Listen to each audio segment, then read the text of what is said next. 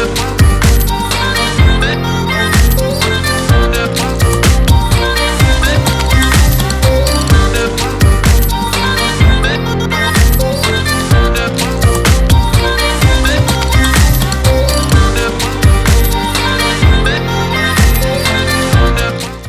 morning, and thank you for joining us on another episode of the Roundtable Talk Show. I am your host, Sharifa Hardy, and do I have yet another exciting show for you today?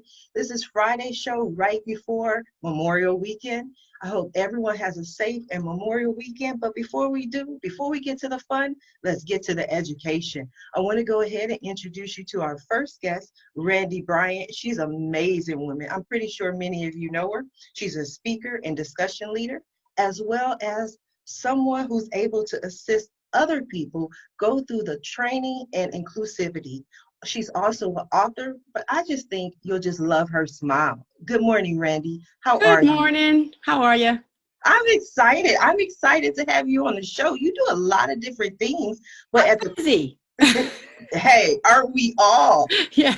But when I was reading through your information, what I saw from every angle was that you help people. You bring people together. You find ways to include everyone and not just focus on one particular person or type of people. Can you tell us a little bit about yourself and what you do? Well, I call myself the superintendent of inclusivity.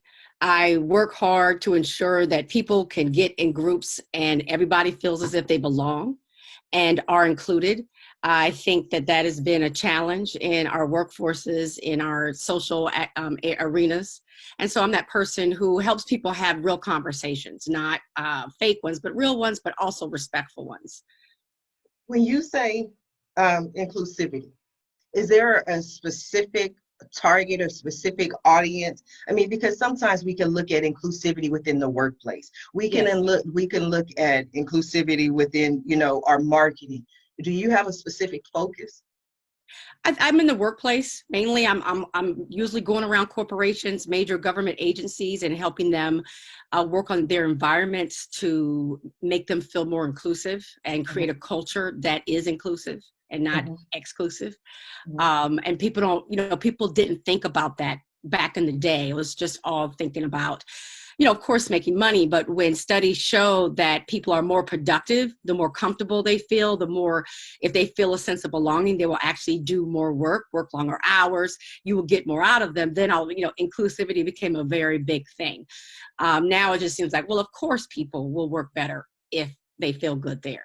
And so I'm that person that works on that. For years, people kept talking about diversity. And diversity is a numbers thing. Inclusivity is a people thing.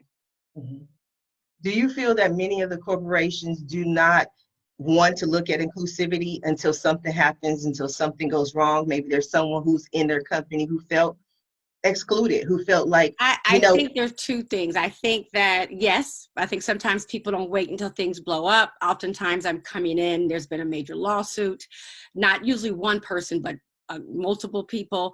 But I also feel not because they're just waiting for a problem. I don't think that we have been taught to voice when there is an issue. I think people stay silent until they don't. Right. And so oftentimes I talk with leaders and they're very sincere in saying, we had no idea that we had a problem. We assume that people know how we feel. We assume that they'll notice that there's certain people who don't come to the Christmas parties, or when they do, they're off by themselves. But people really are kind of within themselves and they're paying attention to certain, they have a lot going on. So they're not really noticing. So, yeah, I think that, everybody most of the time is acting in good intentions. And that's why you need people that have the skill set to say, these are the things that you need to attend to. And also doing surveys to figure out what in the heck's going on. Now, one of the industries that I know well is the entertainment industry. It's one of the ones that I have a background in, so it's one of the ones that I can speak of. But there's been a huge push for inclusivity within Hollywood. Like now, when you even take a look at their casting notices, they make an extra effort to be clear that this role can be any minority or any race of people and not just this cookie cutter look that we were going for. Right. Do you help in that aspect as well, as far as when you're filling positions, what to be clear on, we're looking for everyone. I see that even in the job postings, that this position is open for everyone. Do you help companies? Yeah, that's more a function of diversity, and I do start there with people. And I think when people created those job openings, they in their minds weren't specifically saying, oh, we only want this type of person, but they may have only advertised in a paper, because remember, they used to do job advertisements in papers, but we didn't have LinkedIn back in the day. So this is an example that maybe the readership was mainly male, right? So they have to think about where they're pushing out these kind of job ads to, right? So yeah, absolutely. You want to ensure that you're getting people in there that can bring you different perspectives, because that always makes a better team. Right. So in addition to the ads, you'll also see, even when you walk into a company, that all of the employees may look the same way. So there's a idea that that's what they're looking for when they're hiring. Absolutely. Or even, now I've been working a lot with, marketing, and, I'll see ads and I'm like, okay, I am not welcome at that summit, because it doesn't feel as if I'm welcome based on the marketing that's been done. Right. And so, I don't, like I said, again, I don't think people are purposefully doing things. Like, I don't think, going back to entertainment, Friends, was a big hoopla because Friends didn't have an African-American until I think the last season or something. I don't think that they were there saying we don't want any minorities on the show. I just think that a lot of times people just aren't paying attention, right? And so it's honestly getting people to pay attention, to be more aware and conscious of things. We all need to wake up to things.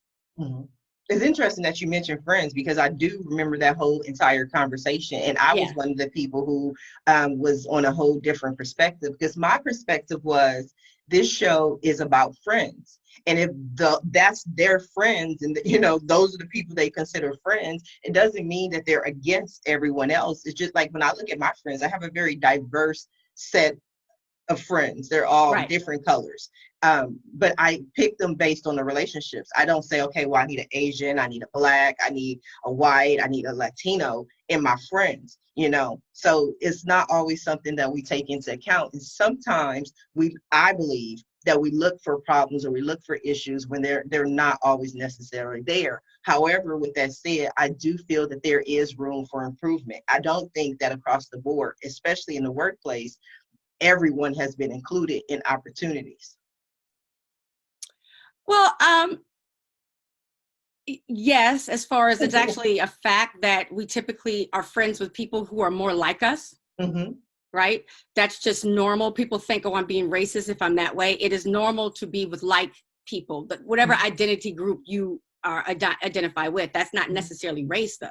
But we usually like to spend our relaxed time with people that we feel like we could just relax with.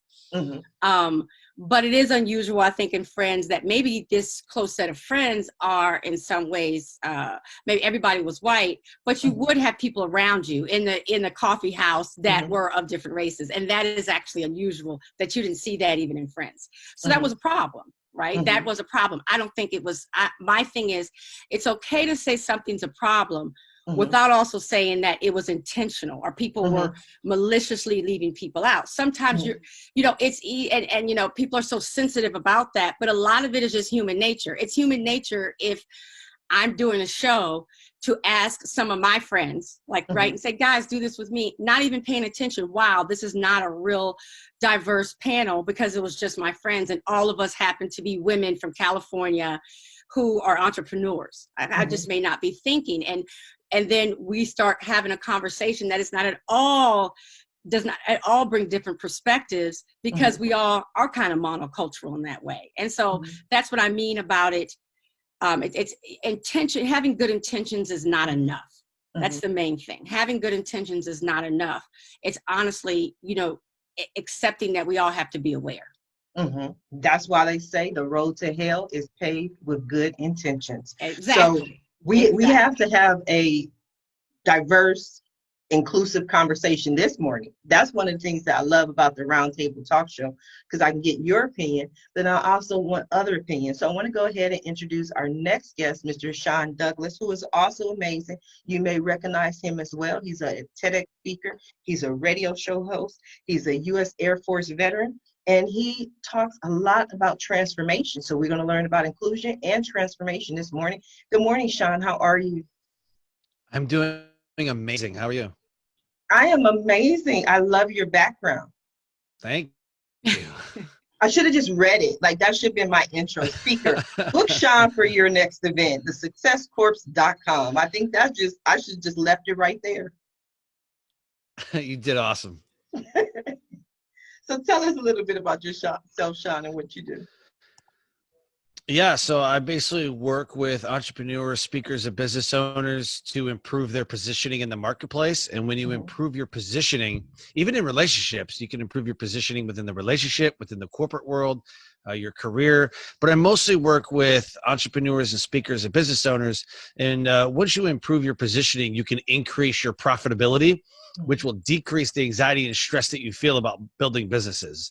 Most people aren't positioned correctly in the marketplace, and therefore they're not earning what they're supposed to be earning or what they think they are worth. And so once you let the marketplace position you, then you're at the mercy of the marketplace. And the marketplace is only going to pay you what they think you are worth. So what I do is we create, launch, and monetize books, podcasts, speakers, their follow-up products, webinars, courses, everything that'll position you as a subject matter expert with credibility and authority. Now I'm going to ask you a silly question. So that's my disclaimer before I ask my silly question. I love it. When you refer to the marketplace, specifically, what are you referring to? Because sometimes people only focus on certain areas.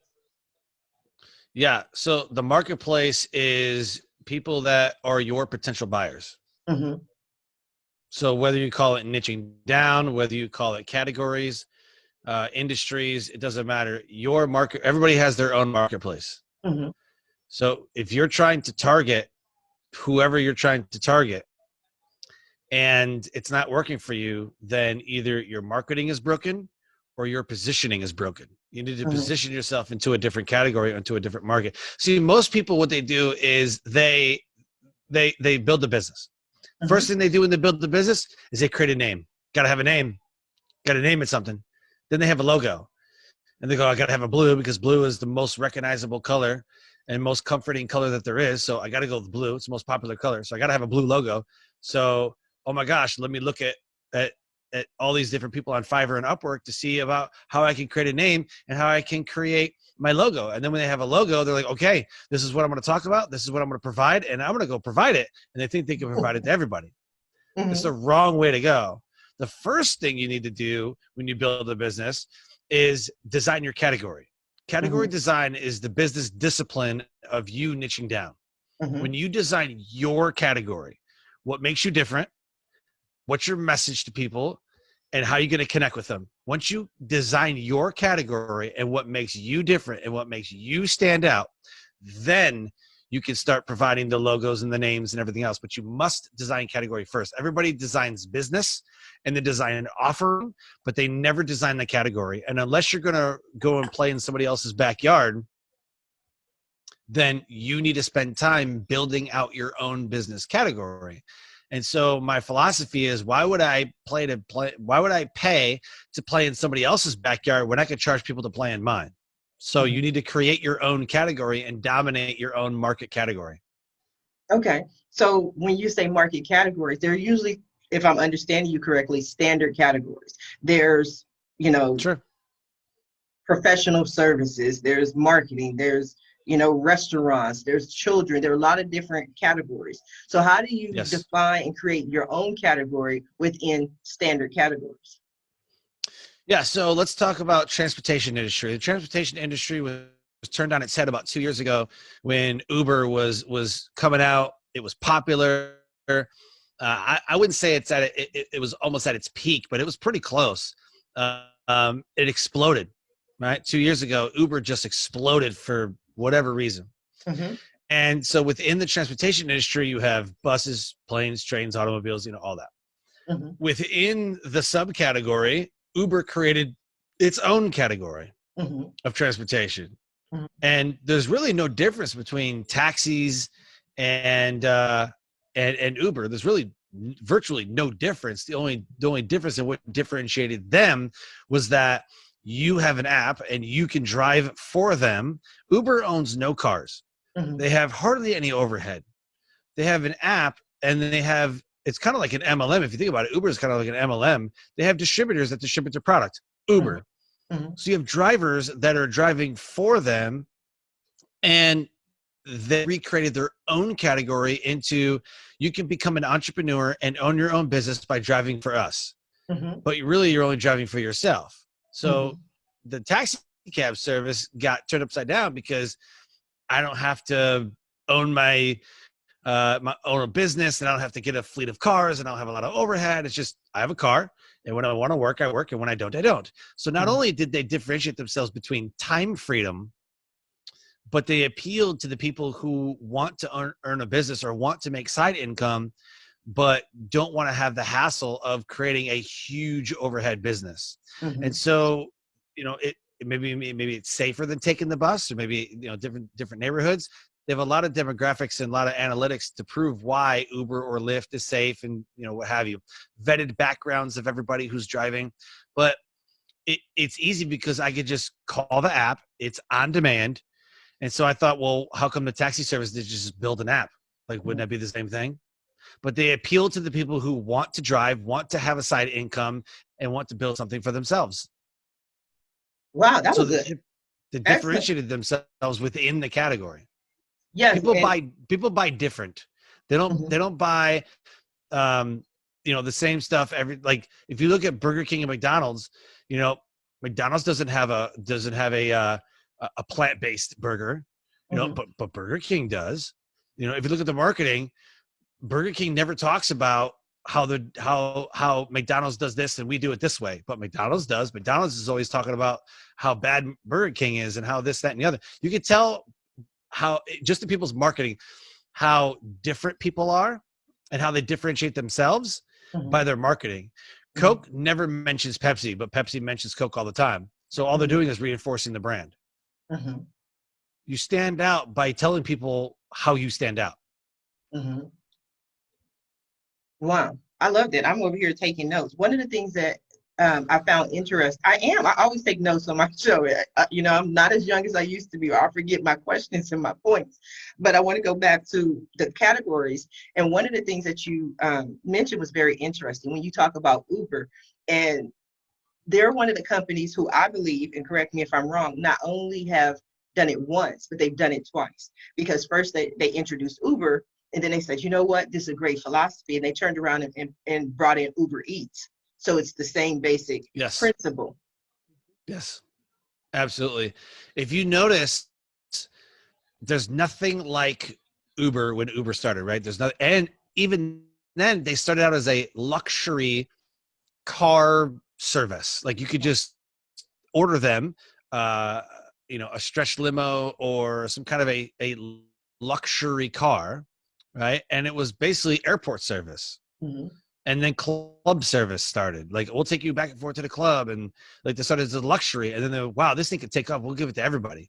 And then, so they operated 2 to 3 years in San Francisco, even before they became popular. They were operating in San Francisco. And then all of a sudden Uber blew up, and then Lyft became a thing. And then Uber Eats became a thing. And now we have DoorDash. So if there's nothing like it in the marketplace, and then one person does it, there's 2 to 3 people that will follow. And then you've basically solidified the category. So for example, Blockbuster could have bought Netflix for like $80 million. They could have bought them. Netflix put all the video rental places out of business because no longer do we have to leave our home.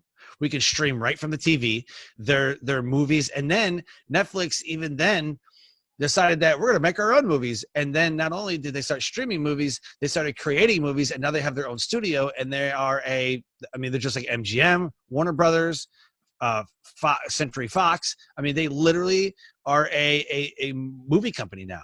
And there's only, like on Netflix. I was just gonna Yeah. say, Sean, it goes to your whole thing about transformation. They were willing to change, whereas like Blockbuster just stayed, and that's why they had to go out. And Netflix has always been able and willing to go to the next stage and see where is the future, and not just staying right where they are. Like, this is a sweet spot, let me not grow. And Uber too. Uber continues to grow. Yep. Yeah. 100%. Yep. So, good point. Yep. Sean, you're one of those people, when I listen to you, even if I could ignore the billboard behind me, just listening behind you, just listening to you, I would go, you know what? He knows what he's talking about. He's absolutely correct. But you make it just sound so easy. The majority of the people that are tuning in or watching, these are solopreneurs, small businesses. And how do they come up with, how do I do that? Everybody wants to know the how, the magic of creating your own category. Yes. Are there simple strategies? Yes, absolutely. And you know what? Before I talk about that, you bring up an amazing point. Mm-hmm. A lot of people's content is buy my stuff, buy my stuff, buy my stuff. It's all over social media, right? Buy my stuff. You get a message on LinkedIn, somebody gets a friend request, and then you answer that friend request, and you're like, hey, how's it going? And you're like, buy my stuff. Like every time. So annoying. It's so annoying. So annoying. Yes.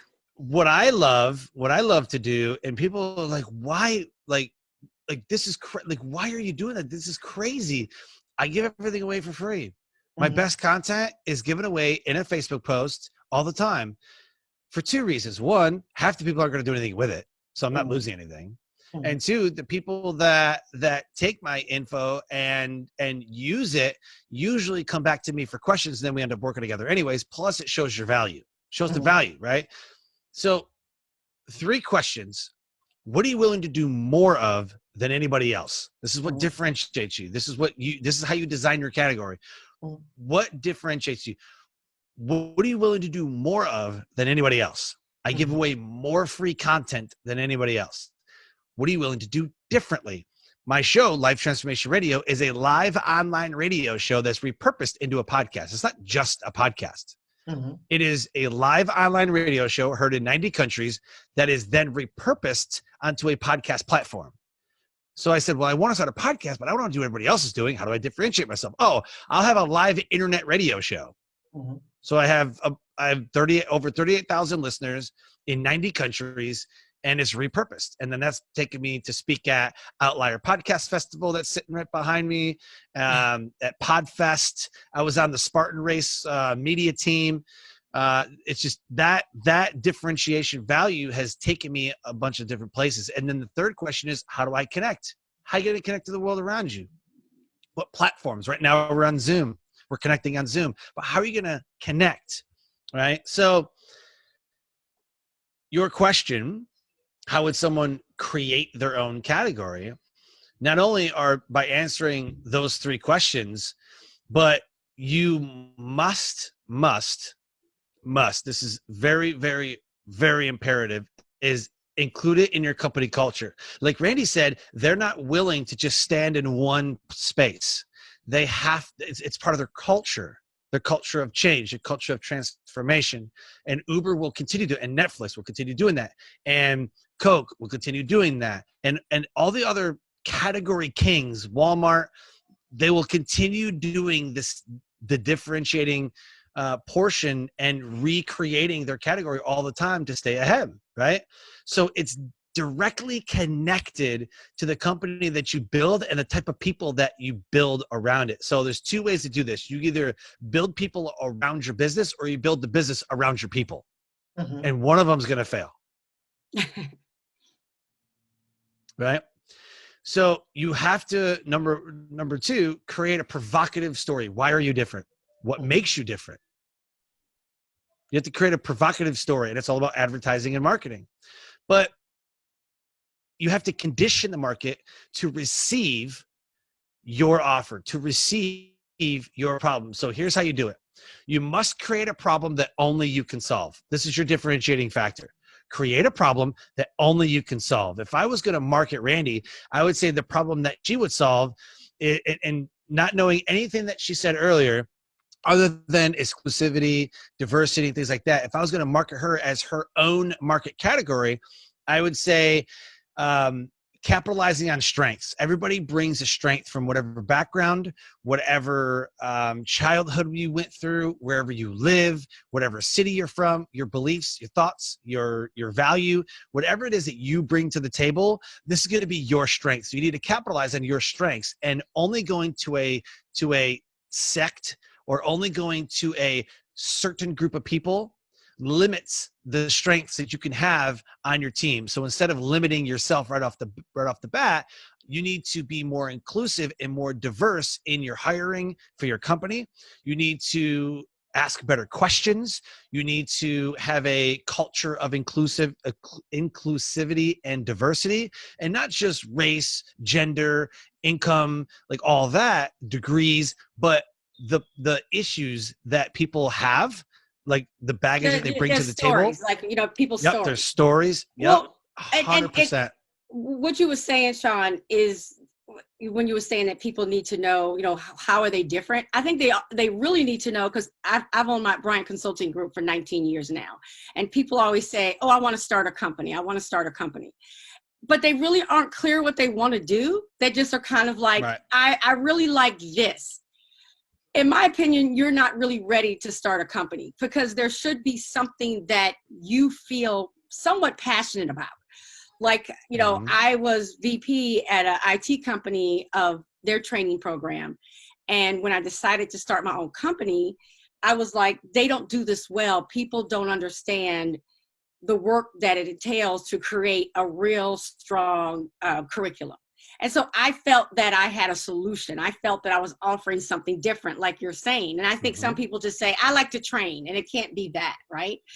And then, you know, as I got further in my career and I was traveling the world and doing these, you know, seminars and speeches, what I was finding is that we weren't being honest about the issues. We were kind of just being very soft and going around the issues, and I was done. And I would take my check and it was over. And I didn't feel really good about that. So I was like, there needs to be some real conversations had in order to make things better, right? And so again, I transitioned, like you say, because I had a problem that I wanted to fix. I saw something where I was different, and to feel comfortable being different and bold, like, and saying, I don't do D&I like people do D&I. I don't even act like I do. I am a rebel in the field. I'm like, that's crap to me now. And I own that because I feel that there's a problem, that there was an issue. And that's what I think entrepreneurs need to ask themselves is, what problem can I fix? What do I think that I, you know, like Sean was saying, what can I do better? And care about it. It can't just be this broad, well, I think I care about this one field. You have to really have like a niche there and have a problem you want to fix, and something you really care about. Like Sean says, what's something you're willing to do the most of? For me, it's not what am I willing to do the most of, but what I care the most about. What almost for me, what annoys me. It had to be a problem within me that I felt like I can fix. So when I get annoyed is when I get fired up. Like, that's wrong. You know, those little cheerleading diversity sessions I would host were wrong and useless in a way. And they were more like rallies. And there is a space for that, but not when you're trying to make real change and a difference. Right. And, you know, so I'm jiving. I'm over here jiving with you. Like, we're talking on the same thing. I like it. I like it. We're jiving and vibing. Right. You create a problem that only you can solve, and then condition the market to receive that problem. We didn't realize that hailing a cab in New York City was a ridiculous waste of time. When you could have just scheduled someone to pick you up. Now, here's the thing. Taxis, you could have just called the taxi company and be like, yo, can you pick me up? Maybe the rates are more expensive. Who knows? But at the click of an app, you could order your ride, and then you just get into the car and you go, right? It's on demand. And you didn't now have we're capitalizing.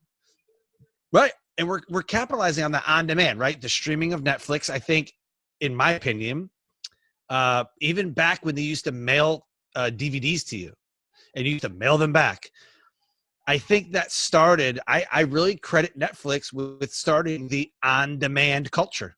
Yeah, the instant gratification culture. Yep. because they did it first. Yep. And doing it first is not always better. There's companies that have been first. Everybody thinks that, oh man, you got to be first to market, first to market. That's not true, right? It's just not true. Tesla is very different than every other car company, and Tesla was not first to market. If anybody was first to market, I guess Ford built the car first, so they'd be first to market. But you've got all these other car companies that are doing just fine. And actually BMW is the #1 car company in the world, just overall statistics. Yeah, you gotta be first, better, or different. 100%. 100%. So once you condition the market to receive that problem, so if you're screaming at the rooftops like, look, you got to be diverse, you got to be, and this is why, this is what'll happen if you don't, you become one-sided, you become a little bit jaded, you become, all these different reasons why, then people are like, oh my gosh, like, I didn't know I had that issue. Like, I need that fixed. And once people realize they have a problem, they run to the solution. So once you create a problem and then market the problem in a way that conditions the market to receive it over and over again, you're just picking at the scab, until it opens, then give them the solution. And I think it's interesting what you're saying is that sometimes people don't even realize they have a problem. I think that's really key what you just said. We didn't realize that we wanted and needed Uber until we got Uber. Right? Like we were fine before, and we didn't recognize what a pain in the butt it was to take a taxi, to hail a taxi, to make sure you had cash, because at one time cash was king. And so we didn't know there was an issue. So you're really doing something amazing once you recognize that life could be better. This company could be more productive. People could be happier. This could be more convenient if it were to go this way. And so that's golden right there. It's like pointing out to people what's not great, what could be better, and then providing them with that solution. 100%. Yes. Now you mentioned some gold in what you had to say, Randi, and I think it was something that needed to be applauded, but we just kind of moved forward. You've been in business for 19 years. Yes. There are so many people who are struggling to stay in business right about now for 19 days. You know what I mean? It's like, we come up with an idea, we come up with a business, we go send out friend requests, try to sell our product, it doesn't sell, and like, you know what, I give up, it didn't work. What was that process like for you? Because I know after 19 years, it had to have ebbed and flowed. What are some of the things that you just simply learned and like, okay, this worked for me? Does anything stand out? One thing I think that worked for me is that, and I'm just saying this is for me, people, I think it's easier or safer, I guess is the way to say, when you're selling yourself and a service more than a product. Because a product you just are always having to have to create and manufacture. I think that you somehow, when you're talking, when it's just you starting it, somehow you need to be a service or somewhat in there where you make money. I applaud people who, for instance, are selling cupcakes, right? And yes, they're selling themselves, but if I were them, I would also be a person who becomes an expert on baking and write a cookbook and meet with other chefs on how to make better cupcakes or whatever. I would still ensure that there were multiple streams where I was bringing in money, because I think it's scared when you just are relying on a product, because the market does change, the world does change, and there is, these issues.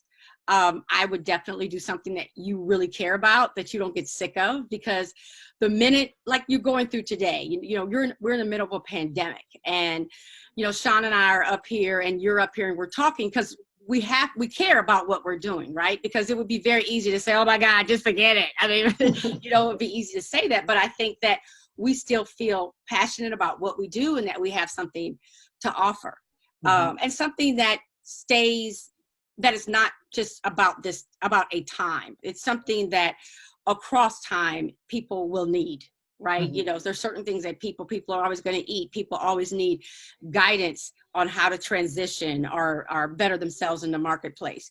People are always going to need to know how to make their companies more productive and innovative and get their people to be more productive, right?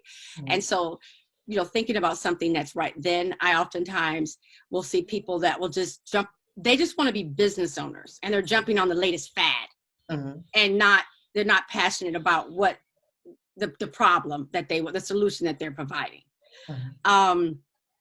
And, you have to have a hustle to you. When people ask me about how am I feeling right now during this time, I think to be an entrepreneur, you are a person who has a drive in you to make it happen, however it looks. And you have to be willing to be flexible, and not just have one way of doing things. But Netflix, going back to what we were saying, you have to say, okay, the world has changed, what's next? And if you're blessed, we couldn't do that with the pandemic, but if you're blessed enough to stay, ahead of that and pay attention, you're still fixing the same issue that you've, recognized, but you may have to have flexible ways about doing that. I mean, I have had to be flexible throughout my career. I'm still somewhat doing the same things, but I've had to package it differently. I've had to deliver it differently. I've had to address what's happening in the world.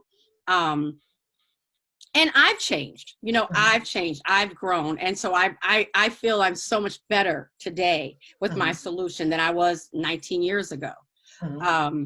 So I think you're not only, I would say, not this is kind of a guess, that you're not only better, but I think you're more sure. After 19 years, at the beginning, I think we kind of go, I believe this is the answer. Kind of think this is what you're supposed to do, even though you may not say that directly to the people in your head. Even you may be like, yeah, I think this is the right way. Right. After 20 years, you're like, don't question me. Google me. This is the right answer. This is what you're supposed to do. Absolutely. And like I mean, this may sound arrogant. I feel that there is no one better out there to help companies create an environment of belonging. I think I'm that person. And I don't think that sounds arrogant at all. Strong in that. You do. That's true. You build confidence about what you're doing. And that is also because you have failed a few times, and you are constantly refining yourself, and you have to be open to that, open to that growth and change and adjustment and flexibility. That nothing you said sounded arrogant to me. Did it sound arrogant to you, Sean? Not at all. You should be your number one cheerleader. Yes. I definitely agree. And you gave some great examples, Sean, of like the changing of the time.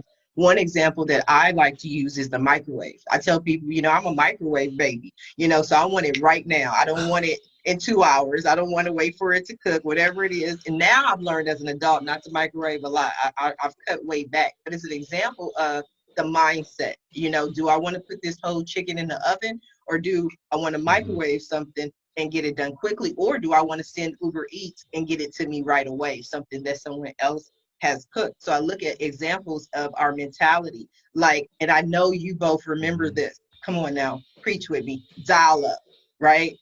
When we first had that AOL dial-up. That's gonna give me flashbacks. You put that little AOL CD in, you hit the little connect button, you go wash the dishes or do the laundry real quick while it's making that annoying sound because it took forever to connect. Yes. Now it's like, no, we want it right now. We want that page to load right now. We want to be able, we don't need buffering a million times when we're trying to watch that movie. We want that fast. That's kind of our mindset now, that instant gratification society. Well, how I feel about that is there's a time and place for everything. Like if I got a deadline, like I need the internet to work. Like I got things to do. If I got to get somewhere, I need traffic to move. Right. In other instances, the people who want it now don't appreciate the process. And there's more growth inside the process than people appreciate. And so there's fixed mindseted people and growth mindseted people, and growth mindseted people enjoy the process. They welcome new ideas. They welcome new opportunities. While fixed mindseted people have the mantra of, this is the way we've always done it. And when a company says this is the way we've always done it, you're going to fail. 100% of the time, it's not an option. You're going to fail. Unless you open up your mind and say, yes, this is the way we've always done it, but how can we do it better? How can we do it different? Maybe we need to change. Of that, I always tell people my first job out of high school, I'm this 18-year-old kid, was working for Trans World Airlines. And so when I started working there, they were faxing their passengers' reservations. So I go in and I'm like, okay, why don't you email them their reservations? And their response to me was, this is the way we've always done it. This is the way we'll always do it. And not to say that that was the direct result of it, but TWA is no longer in business. Yep, that's what happens. Because, for example, you know, you were talking about, well, how did you stay in business for 19 years? And everybody, right? You ever notice when you hear about 4 or 5 people say the same thing, then now it's going to catch on. So when the whole pandemic went on, they're like, man, you got to start pivoting. You got to start pivoting. And then what you saw was an online course on how to pivot during a pandemic. Or my favorite is recession proof your business. Recession proof your business. Right? Somebody comes up with an online course that tells you how to recession proof your business. First of all, if you're, and I feel real strongly about this, if you are a legitimate entrepreneur and not a Facebookpreneur, which is somebody who only sells on Facebook or Instagram and says that Facebook ads and Instagram stories suck and the ads suck and you're so negative, but you're spamming everybody in Facebook groups and on Messenger, then you are a Facebookpreneur. And so you are not a legitimate entrepreneur. Cars and boats and planes and money, and it does not affect real entrepreneurs. Change and transformation is what affects real entrepreneurs. Very true. If you are a person of value, then you will become inherently wealthy. If you are a person of success, then you will not. So you must become a person of value over a person of success. Success can be anything you want it to be. Right? So with that said, I feel that if you are pivoting, quote, or you are recession proofing a business or whatever, that should happen day one. Yeah. How do I protect my business from pandemics? How do I protect my business from flooding, from anywhere, for like anything? So if you build your business on a swampland, then you are wrong. If you, and I don't want to get too into this, what I'm going to say, because, you know, I want to be inclusive to everybody, but, you know, in scripture, it talks about building a house on the rock or building a house on the sand. And so, you know, build your house on the rock, because if you don't, then it's going to be swept away and, you know, and ultimately you fail. But I want people to understand this moment, right, that we're having right now. She's been in business because she's been able to pivot without pivoting in front of people. Yes. Something wasn't working. I need to do something different. Let me figure that out and let's execute. Boom, it worked. Let's move on. Right? It's not this, oh my God, I know what I need to do. And I'm going to tell 15,000 people and come up with an online course. I'm going to become the pivot lady. Like, right. She stuck to her beliefs. She stuck to her values. She stuck to what she loved. Right? And people who are instant gratification, people who are happiness chasers, I'll be happy when, I'll be happy when, I'll be successful when.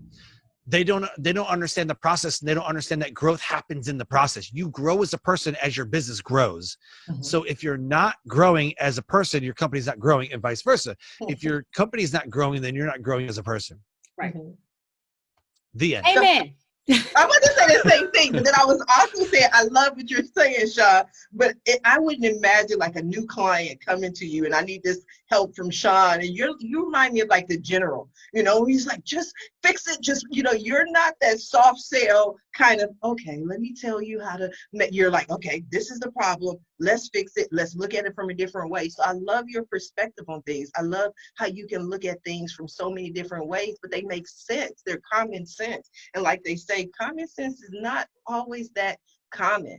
One of the things that I learned just from being no on the BS, route, no fluff. I love it, and I don't like fluff. We're akin in that way. Yes, you don't have fluff either, Randy. You're a straight fluff. shooter. I love that because that's how you learn. We're going for results, I believe, both of us. Yes. Yeah, I actually, that's funny you say that. The business that I built last year is an affirmation and empowerment clothing line. And I always tell people, like, quit making excuses, start making results. I made a shirt that says, I don't make excuses, I make results. And people are like, yes, stop making excuses and start making results. Yep. I tell people, if you want to work with me, you have to be willing to be uncomfortable. Yep. If you're not willing to be uncomfortable, I'm not your girl, because you're going to be uncomfortable. How do you deal with issues involving people and you're not willing to get uncomfortable? Like, forget it. 100%. So I tell people that if you're looking for like a fluffy, feel good, you know, rah-rah, diversity is great. Let's all join hands in kumbaya. I'm not your girl. Right. We're going to get serious. Yeah. Yes. So Randy, you take a hard look at the companies and what they're doing not to be inclusive or to include everyone. And then you have to, I mean, it's nothing worse than having to bring something to someone's attention for someone who's shy or not. I know you're not, but if you don't have that confidence to be able to say, this is what you're doing wrong, then you're not going to be able to help that company. But often. And the thing is that across all companies, there's just issues that I will, truths. They're just real truth that I must deliver. Like saying something where you're not a bad person if you're drawn to people that are like you, right? Mm-hmm. And so when we deal with those truths and say because we're all alike in at base as far as what we're drawn to do, where we're most comfortable, how we feel when someone offends us, what our reactions are. All of it really is the same, but just putting a name with it and making it okay, because no one talks about it. So I'm just kind of the person who just talks about it. I'm very comfortable talking about it. And then people feel absolutely comfortable, right? I'm comfortable saying, hey, look, I was a person, I'm from the South, right? I'm from the South. I'm Black. We didn't talk about, and honestly, growing up, very religious background. No one talked about homosexuality. I didn't understand. That wasn't my silo that I was in. And then when I moved to San Francisco, marriage becomes gay. I mean, gay marriage becomes legal. All of these things happen. I don't have the vocabulary. I may not understand. Mainly I don't have the vocabulary. So am I going to feel as comfortable talking to my gay office mate as I am to someone who is heterosexual?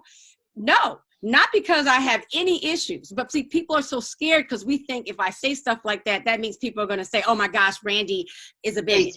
Yes. Right. And that's not the case. It's normal to have people with whom you're comfortable because you've been exposed. And, I travel extensively and I tell people I'm constantly learning. Right. I make mistakes. I don't know. And so just me saying that just releases something with people to say, you're not expected to be perfect, but how do we deal with it when you aren't? Right. And just talking about our similarities. So I really don't go in there and say, this is what's wrong with this corporation. I mean, I do to the leaders, but it's more how, being open about things. We're always so, wait, we love diversity, but don't mention that she's Black. We just talk around. I mean, people become uncomfortable even when they say African American or Black, which, by the way, I tell people, you will not get in trouble with saying either one. I say the same thing. Like that, people always ask me that question. I don't know why, especially when I'm dealing with large networks. They're like, Sharifa, do you mind when people say you're African American? I'm like, you can say African American, you can say Black. It's not what you say, it's how you say it. Like I understand. Well, it is what you say, but not between Black and African American. There's not. Yes. But I'm saying people are just even scared to approach those types of issues. And so I'm more of a person that helps people to approach those issues as well. Yes. So they can talk about them. We need more people like you. We definitely need more people like you. And we also need people who understand the process. I'm like you. I built my first website in 1994. My first website I was reselling through this website called SMC. Tom Bosley, the father from Happy Days, he used to market these products. I know that name. Yeah, from Happy Days. He was the father. And he had these products, like you can buy them and open your own gift store. And I was so excited. That's what I was going to do. I was going to be a stay-at-home mom. And I found that, and you'll see in almost everything I do, aside from my books, I didn't want to do products ever again. Like I did not want to do products. I focused more on being service, providing services, because I had so many issues with the products, returns and having inventory. And I said, you know what? This is not what I wanted to do. Why do people know you? Why do people work with you? And it was because I had built my website. And so all of my family and friends were like, I want a website. So I built their websites. I started marketing my websites, and people were like, I want you to market my website. And so I started marketing those websites. And so I found over the years that that's how I set out my little, I guess that's the category. I don't know, Sean. I'll have to figure it out in my business plan. But then I went from just offering those services to hosting my own blog talk radio show. That was my first show in 2009, because people always, that's why I asked the experts. I'm like, Sean, how do you do this? Randy, how do you stay in business? Because that's what people tune in to me for, is the how. How have other people done it? How have the experts do it? That's what they want to learn, is the how. And so many people gate that information. They keep it hidden. Yes.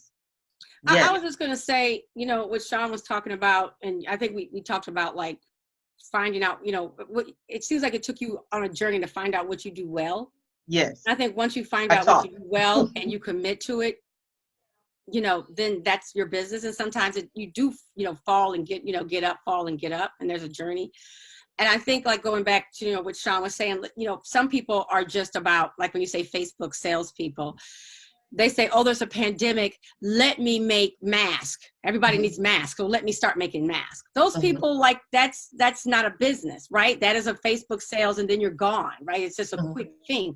But if you've determined that you deliver quality essentials and clothing for people, and you already have that brand and you already know that about yourself, you adding mask is smart. That makes sense. You've developed a brand. That's what you're good at, right? And then, so you're not really pivoting. You're just, you know, you're just working with the times. But those people who like come out and want to make a quick buck and like, let me make masks, those aren't the people who are going to, that's not an entrepreneur. Did you see the Kim K issue with the mask, Randy? No. Kim Kardashian launched her own, well, she has her clothing line, but she added masks to her line.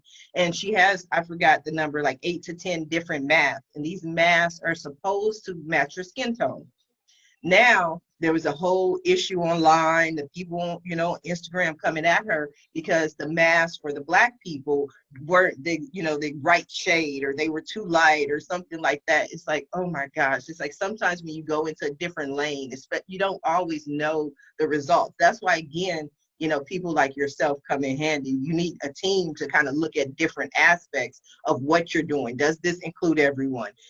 You know, does this marketing appeal to everyone? Does your company include everyone? So we are coming down to the last few minutes of the show. And what I love to do at the end of every show is just allow my guests the opportunity to speak directly to the audience and let them know what you would like them to take away from your show. And we're going to start with you, Randy. I was going to say, let Sean go ahead. Yeah. Sean, start with you. Let's say I'm about to bounce.